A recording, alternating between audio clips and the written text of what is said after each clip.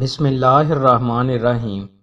رسول اللہ صلی اللہ علیہ وآلہ وسلم نے ارشاد فرمایا، جب مسلمان اللہ کی رضا اور حصول ثواب کی نیت سے اپنے اہل و عیال پر خرچ کرتا ہے تو وہ اس کے لیے صدقہ ہے۔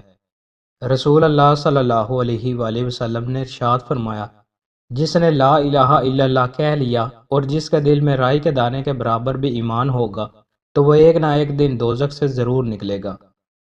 رسول اللہ صلی اللہ علیہ وآلہ وسلم نے ارشاد فرمایا، اپنے گھروں کو مقبرے نہ بنا لو، یعنی جس طرح قبرستان میں مردے ذکر و تلاوت نہیں کرتے اور اس کی وجہ سے قبرستان کی فضا ذکر و تلاوت کے انوار و آثار سے حالی رہتی ہے، تم اس طرح اپنے گھروں کو نہ بنا لو، بلکہ گھروں کو ذکر و تلاوت سے آباد رکھا کرو، اور جس گھر میں خاص کر سورہ بقرہ پڑھی جائے اس گھر میں شیطان نہیں آ سکتا۔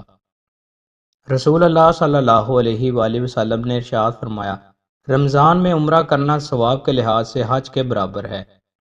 رسول اللہ صلی اللہ علیہ وآلہ وسلم نے ارشاد فرمایا، تم اپنی تعریف خود نہ کیا کرو، تم میں سے جو نیک ہیں اللہ انہیں خوب جانتا ہے۔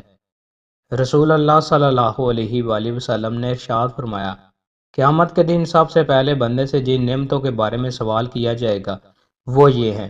اس سے کہا جائے گا، کیا ہم نے تمہارے لیے تمہارے جسم کو تندرست اور ٹھیک ٹھاک نہ رکھا اور ہم تمہیں ٹھنڈا پانی نہیں پلاتے رہے؟